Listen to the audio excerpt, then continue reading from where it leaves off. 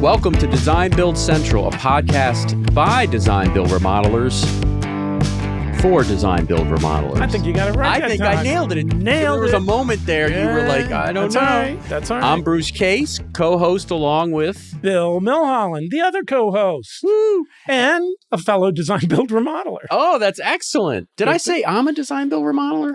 Did I make that singular or we're? I don't think so. I'm sorry if I did. I don't think you did. Should be we, not I. There's no I in team, right? Let's keep moving. Okay, sorry.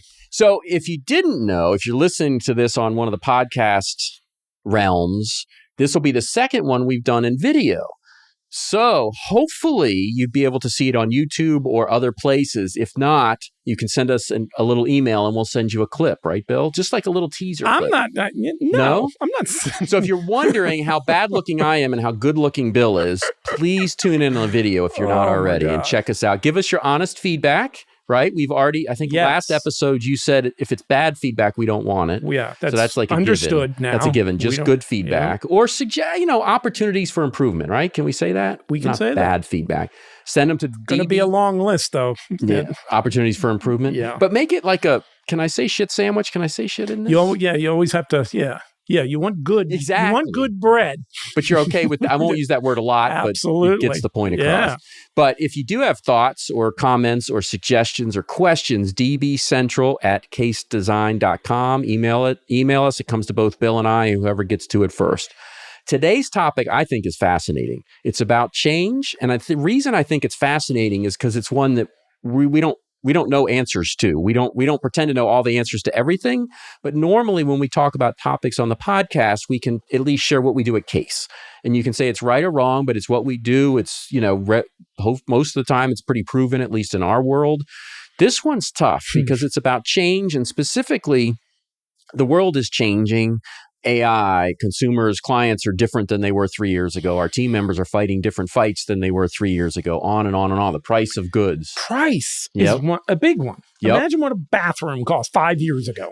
We went to a conference, the HERE conference, and what did they say? It was up 50%, 50%? It was 50-some%. And I think that might even be light. I think so. Yeah. And if I'm remembering right, outside of our world, outside of the construction world, I think they said inflation was about 25, something 23. Order of magnitude. Yeah, like so that. everything's up. We know that, but I think we're up there with the price of eggs. I used to equate pull and replace hall bathroom, 40 square feet, to a Honda Accord or a Toyota Camry. Yep. Not anymore. But how much are the... They are more, but you can probably buy one of those for high 30s, 45, low 40 maybe, 40, you think? Depending on how you trick it out. We're not as fancy as you, Bruce. Right, Sometimes we want to roll up our own windows. You say that, Mr. Milholland. Literally, before we started recording this podcast, Bill was looking up Aston Martins. Now, in fairness, they were older ones. It was for me, but I didn't agree to buy one. But for $30,000, apparently you can get I thought it would be a good match. 2008, 2008. You said 8? Yeah, V8 Vantage. Yeah. Pretty nice. Not V12. Bill made it very clear. Not a V12. That will cost a lot more. Yeah. So change. So how do we bring about change through the team, through the whole ecosystem?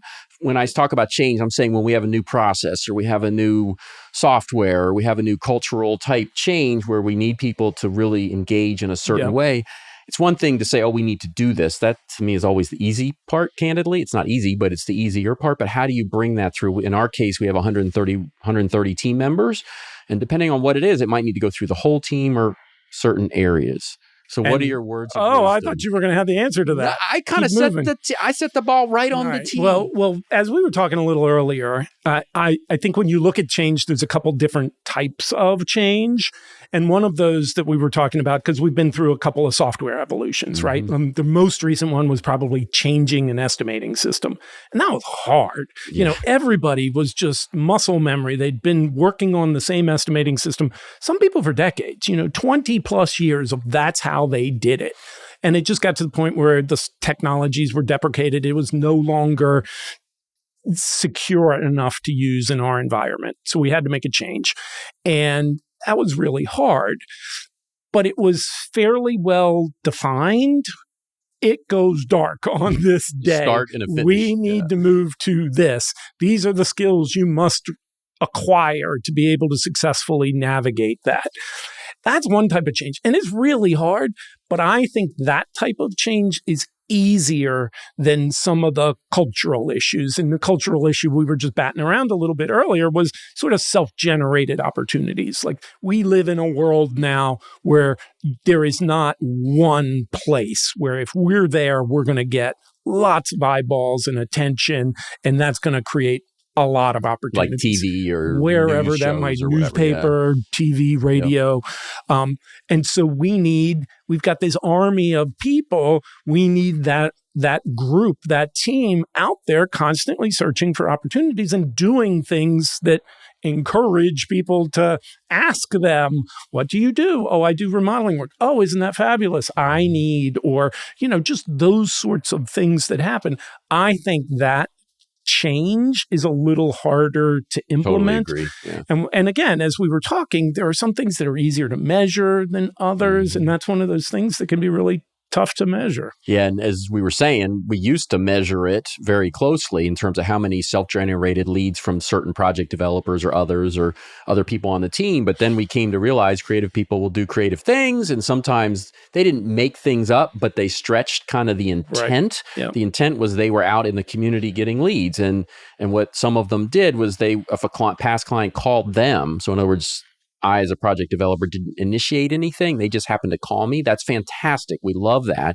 But the reality is that wasn't the intent. Not a lot of effort there to create that opportunity, At least recent effort. Now, maybe you really worked hard on that client to make sure they had a great experience, which is terrific and fabulous, but I'm not sure that's the same thing. The other thing that we run into is a veteran team. Yeah. Right? And how hard it can be to change habits or behaviors that if you're used to doing something in a certain way, and now all of a sudden somebody's saying, well, maybe we need to do it this way instead of that way, or, the role that you play used to be this, and now it's got to click over 3 or 4 degrees and include these things. That's really hard. Yeah.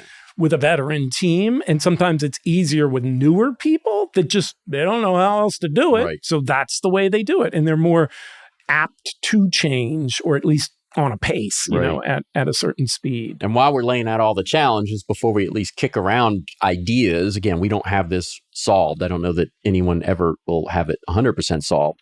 But I also think, and I think you'd agree, 2 other challenges. One is if there's a long lead time to efforts today, but they don't pay benefits down the road. I think self-generated leads is another good example. Mm-hmm. Like I might join some community groups or get involved, but reality is day one is not going to do anything. Months. Yep. Exactly. And there's times people wonder, am I wasting my time? Does this work? And then all of a sudden, hopefully they get a couple. The other one that we find is a challenge is when it's needed to be done to help other people on the team.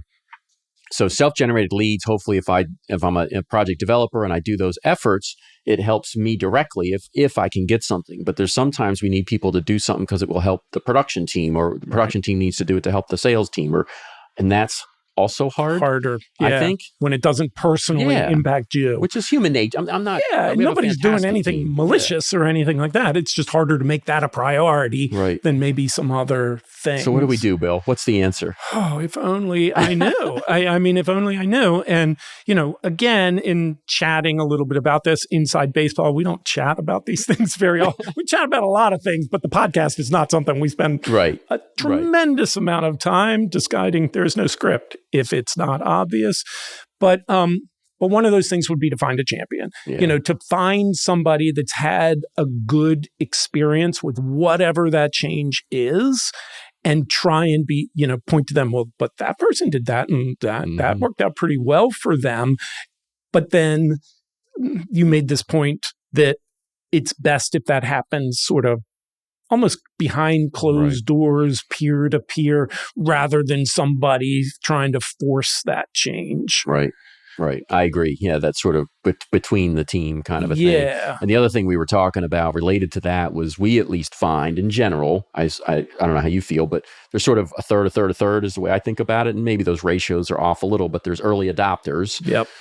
Sort of think of the bell curve, early adopters, a third roughly, maybe there's a little less there. And then the majority are kind of in the middle, the top end of the bell curve, who once the early adopters sort of prove something, like your example of somebody trying it, then they'll jump on the bandwagon once they feel like there's some proof of concept or some benefits.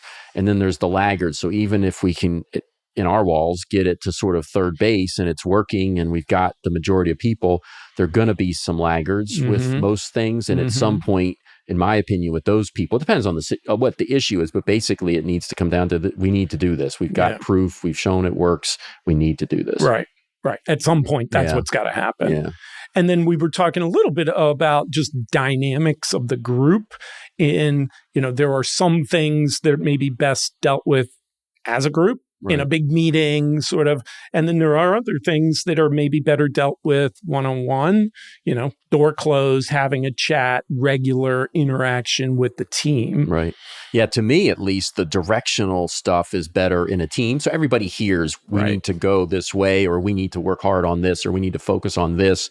But then the detailed implementation, depending on what it is, but especially these cultural things, I think is more one-on-one, because I think we talk about attitude affecting behavior, affecting results. And a lot of times the change is in that behavior level. But I think one-on-one, there's times we can maybe get to the why, the attitude, sort of like, what motivates you? What wakes you up in the morning? And then weave that into, well, these are the things in today's world we need to be doing. Right. Or what's the rub there? And we keep going back to self-generated opportunities as the example because it's sort of top of mind right now. That's what we need to be doing. But I think it's also a good example of something culturally that's a little bit of a change, that in the past couple of years, we've lived in this environment of abundance where there is raining leads and we're looking almost as triage that who is most likely to move forward. And now we're in an environment where we've got to tip over more of those people that are sort of on the fence. Right. And how do we convince them? And like you said, that we can directionally orient people as a team, but it's better to sit down individually. What's the rub here? Have you tried this? Well, I'm not comfortable with that. What would make you more comfortable with that? How could we, if that's not for you, what about this instead? Because, again, not everybody is going to fit into that mold, but there are 10 different things that we might have available or ideas for self-generating your own opportunities. Right. And we need to pick 2 or 3. You don't need to do all 10, but back to that attitude and behavior component, we need people to be focusing on that. And those conversations are most definitely better had one-on-one. Yeah, to me, it's just like a carpenter. We don't require everyone frame things the same way or hang cabinets exactly the same way, but they need to be done properly. Here are 5 different ways to do it. You pick which is the best path. Right. Something that would be, I think, great for people to hear is the description of your one-on-one meetings you do with people, because I think they're very effective. But also, when I talk to other people, sometimes they say, I talk to Joe and Emily or whoever on my team all the time. I see them in the hallway. I call them. And to me, what you do is much different than that. You talk about different stuff, right? You bump into somebody in the hall and it's, did we get the permit for that job? Or is that going to start next week? Did you order the cabinets yet? Whatever. And it's almost always transactional job-related stuff, as opposed to if there is a regularly scheduled time where people get together and they sit down. And some of those meetings, you may talk primarily about jobs and how things are going, but other times you want to talk about what's lead flow like. Well, who did you see? I saw you saw 2 leads last week. Tell me about those. What did you run into? What's on those clients' minds? Did you try this? What about that? Oh, that's a good idea. We'll have to share that with others. Just that kind of level of interaction that you can't do in a big meeting. And then there's the more personal stuff. Right. Amen. Because it's so obvious. If people have stuff going on in their personal life, it's really hard not to have that stuff affect your professional life, and vice versa. If you've got stuff going on in your personal life, in your professional life, it's going to affect your personal life. Right. And so just talking with people and understanding what it is they're dealing with, I think, we try and be empathetic as much as possible, whether that's with clients or teammates or whomever, but you're just going to, if you have a better understanding of that. And then I just think it needs to be at a set time, at a regular cadence, so that you can, over the course of time, you're jotting down a little note. I need to talk to this person about it. This is on the list. Oh, got to do that. Or it helps you too, right? Absolutely. Sort of stuff. And I think that's where, you can nudge. you Yeah. know, that's where, because I think we're all salespeople, right? And no matter what you do, and now it's that riddle of, this person has really good skills in this area and they're just not confident enough. But maybe we could get them on video. Maybe they could write a blog. Right. Maybe we could try and position them as an authority on whatever. And that might attract some clients to them. That it gives you a chance to nudge a little bit and try and convince that person. How long, just a detail or two, I know it's second nature to you, but for the listeners. I mean, it varies. Usually it's around a half an hour, 45 minutes, depending on who the person is. But again, I like to do it at the same time on a regular cadence, either weekly or bi-weekly, depending mainly on the person. And, just go into that with a little bit of agenda. So we're not just chit-chatting the whole time. We get a chance to talk about things. It's also a chance for them to bitch, right? Without doing it in front of everybody else. But they can chew on my leg if they want to. That's fine. And you hear things that way that maybe you wouldn't. And you can help. It might mean, come on, let's go walk down the hall and talk to this person right now to just get this resolved. And you also seem very thorough on taking notes. Oh, yeah. Which I think is interesting. I like to take notes. Yeah, well, I think that's brilliant. I think that's a key part, don't you? Well, it just reminds me of what we discussed last time. There's too many people to keep it all in my head. And it's like, okay, we talked about this. Did this happen? And you can just follow up on things. And again, not to beat people about the head, but if we need to be changing something, I mean, an example that is back maybe to that software level of stuff, it's more on the design side than the development side. We are moving away from some 3D platforms to a 3D platform. And there's a lot of work and effort involved in that. And it is people that, again, are very comfortable in one direction versus another.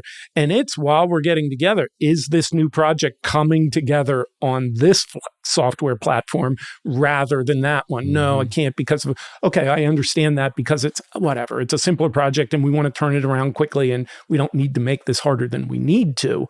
But on this one, we really need to be focused on that and what needs to happen to make sure we are doing it in that way.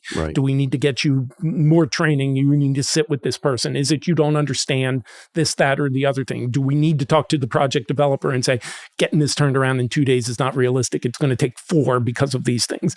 Whatever those things might be, you get a chance to sort of chat about them. And then it's just, what are you doing for Thanksgiving? You guys in town? Really? Oh, that sounds like fun. And that sort of stuff. So I think it just helps. Regular interaction helps with change. Yeah, I think it's critical. I agree. Because it doesn't have, it's not going to change 80 degrees in one. It's going to take 2, 1, 2, drop back backwards. 4. Let me do, wait. Did you drop back the whole way to 0? Yeah, I'm pretty much back to 0 in many, many cases. But that's okay. But I think to that point of time of change, maybe to pull that thread for a second, we talk internally at Case, we have about 130 team members. Sometimes being big is great. Sometimes big in sense of remodeling world. We're obviously still a small business in the business world, but sometimes it's a negative. And I think with change, if it's just me or just you or somebody who's listening as an owner operator, or you're the frontline sales and you own the business, and implementing change could potentially be much quicker, right? Like, oh, I think this is a great new tool. I'm going to start using it tomorrow. Great. For us, with our team members, maybe some listeners are in between those two sizes. I mean, like the new estimating system, which you mentioned earlier, Bill, was a great example of a relatively easier change than a cultural change. But the new estimating system, from when we got that estimating system and had it ready, green light, can start using it, it was maybe a year? Oh, probably, 10 months, 12 months, 14 months, something order of magnitude like that.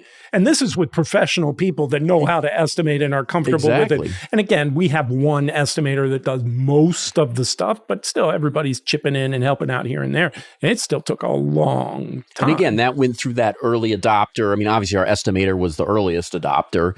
And then there were some people who jumped on the bandwagon quicker. And then that middle range that we talked about, and then the laggards, if you will, or later on. And then a cultural change, like we've been using this self-generated leads, getting out in the community, trying to help generate some of your own leads in addition to just the company. Yep. I mean, to me, that I don't know how that's almost a never ending. I don't think it ever ends. I don't like projects like that, but that's hard. Back to a previous discussion, it's an evolution, that it is going to constantly evolve. And the way we do it today will be different than the way we do it 2 years from now and 5 years from now going forward. Right. But I think it is something that is going to become more important than less important. And so we better position ourselves accordingly. And there's a question, but I'm assuming you think it'll become more important because of the decentralization of information media at just where people go for sources. Yeah. And that at some point people are going to they did work for you and you had a great experience. I should talk to them, as opposed to trusting the radio, TV, newspaper, magazine, whatever. Right. I just think personal interaction matters. Great recommendation matters. Past clients matter. Personal referrals matter. That those sorts of things, you're just much better off spending your time on them than some cold person that, wouldn't it be nice if we built a screen porch? Yes, it would be, until you find out how long it takes and how much it costs and what's involved and all the rest. And that may be enough to, scare you away. Right. Past clients, probably that's not going to happen. Right. Plus, I've always felt like remodeling's a bit addictive. I redo my primary suite, and I love it. And hopefully I've had a great experience. And now the kitchen looks a little tired and I want to make it my own, or so on and so forth. Totally agree. New dress, old shoes. There was go ahead. Yeah, just that. All of a sudden, you've got this fabulous primary suite, and it's like, kitchen's looking a little shabby. Right. My wife and I, as you know, Bill, but we redid our kitchen. And the funny thing is now it's like, that coffee maker looks kind of rough in there. And, it's justified because it's like we invested a good amount in this new kitchen. And now all of a sudden it's the coffee maker. And then we go down the rabbit. Don't fall for the mugs, Bruce. Don't fall for the mugs. Bill. Your mugs are just fine. Our daughter is a ceramicist, among other things. So that helps us with the mugs. But the coffee maker, and I'll get off this topic because this isn't really the core of the podcast. So maybe we should do a coffee podcast. But all the coffee makers, it's like not just the old days of buying a coffee maker. I mean, it's like buying a car. I mean, they're expensive. Yeah. Yeah. And do you want it ground and brewed at the same time? I don't even know. Do you want single cup or multi this or that? Or is coffee fine? Or do you want some fancy other kind of warm drink? I'm one of the laggards. Let me just say that right now on the whole coffee maker. Me too, man. So one thing just to throw out that I know sometimes not you and I debate, but we'll debate internally a case with change and getting it implemented with the team is money.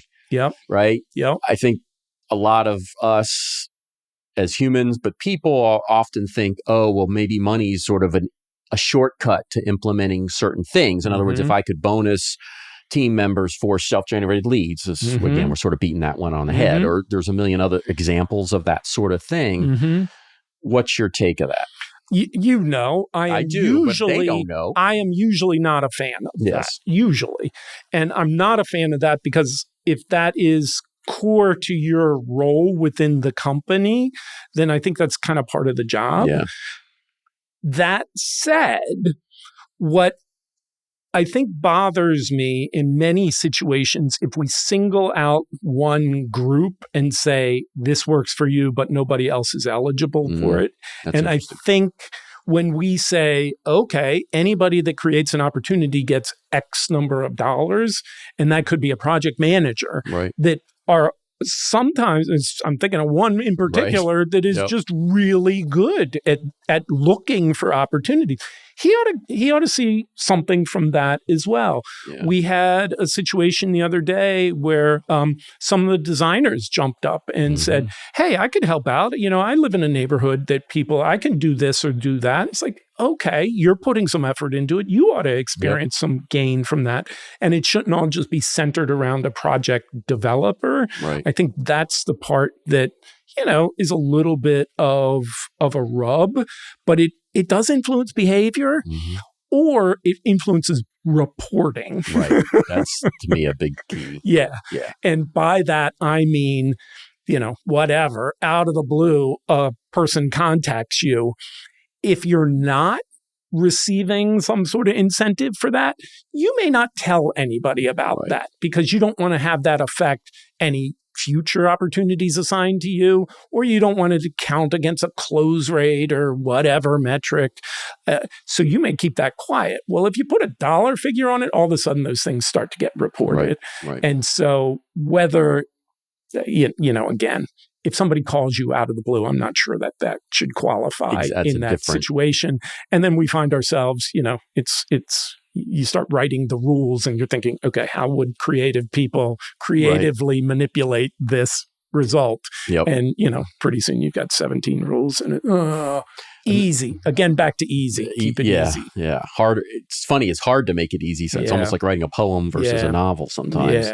Another topic under this category that I'm thinking about is accountability, because I feel at least that, for a couple things. One is that I think that's a key part of management that isn't talked about enough. And I don't mean that in a negative, mean, nasty way. I just mean accountability. I mean, it's this needs to be done or this doesn't need to be done, and it's affecting other team members, and other team members deserve your efforts to try to do that if it's affecting them, especially, is one thing. Again, I just don't think it's talked about enough in management. But the other thing relating to accountability, at least for me anyway, there are certain things that are sort of brand critical or business critical that the accountability or the patience to implement is much different than other things.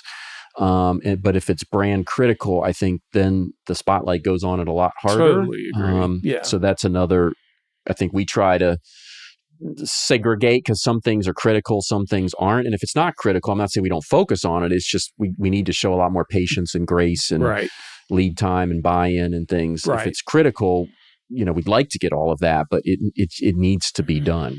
And to your point about accountability, I think, again, there's kind of two paths. One is all it affects is you. Yeah. That's different than if others are dependent on you doing whatever, then that's totally different because it's a relay higher level race. of accountability. That Great means point. You're not handing off the baton and we need you to do that. Right. But if it's just affecting me in this example, it's going to affect my results, and then I've got to live with the consequences. Exactly. So to then speak. that's a little different situation. Exactly. Yeah. Any other thoughts? Again, it's a tough topic. It is, but I think, you made the point about being realistic about time. I think that's something people get wrong sometimes. You look at just everybody. I mean, you're like, how long can it take? Longer than you think, probably by 2 to 3 times. If you think it's going to take 6 months, probably going to take a year at least. I think if you can identify somebody that is open to change, there are people that like change and can help them, be a little bit of a champion. If you can see some positive results from change and somehow showcase those, or even behavior towards change, even if it's not making a difference in results, showcase some of that sort of stuff, I think helps along the way. I think your directional comment, I think, is a good word in a group setting that you can sort of point everybody, but the nitty-gritty details of how you get there need to be discussed one-on-one, because it's going to be dependent on that individual, their skill set, the situation, the environment, a million different things. And, we just shot some videos this morning, and an example of that. And one of the people is very comfortable on video and did a great job. And the other person wanted to do it. They just weren't comfortable on it. And it comes across. And so it's like, okay, you tried. Great job. Thank you. But maybe this isn't for you. So let's try something else on the topic of, again, back to self-generated opportunities. Keep going back to that as the easiest thing to think about. So I think just because somebody doesn't have success in one area doesn't mean, you can list out a billion different things. And then the other thing that is the hardest part, but it's like managing people. Now all of a sudden you can't do it. And you've got to go through somebody else to get it done. And how tricky that can be. Same thing with change, that you're doing this through other people, and you really need to sort of think through good cop, bad cop. How harsh do you want to be? How empathetic do you want to be? Do you need to draw hard lines? Are they a little softer? You need to think all that through. And I think it's harder if you're a small company, maybe, because you've got to do all of that. I think we have, the flexibility maybe to play some different roles in that. Right. But there's negatives to that. Not negative challenges too. Absolutely. So like you started this off by, wouldn't it be nice if we had the 10 steps to implementing change and we just don't? Right. Doesn't mean we don't have to figure it out. And the other thing, and you mentioned this earlier, is being empathetic, is when I think about change coming upon me and I'm true to myself, there's times there's a little bit of fear, scare, anxiety, that kind of thing. When I think about change with other people, sometimes I'm not as patient or understanding. And so I think having that empathy, which I think you mentioned earlier, is critical. Yeah. And then anything we can do to help facilitate it. Yep. If you have ideas, if you're listening, or if you're watching on video on YouTube, reach out at dbcentral@casedesign.com. Did you have a thought? Don't change the channel. Oh, that was strong. Dad jokes. Wow. On that note. See ya. See ya.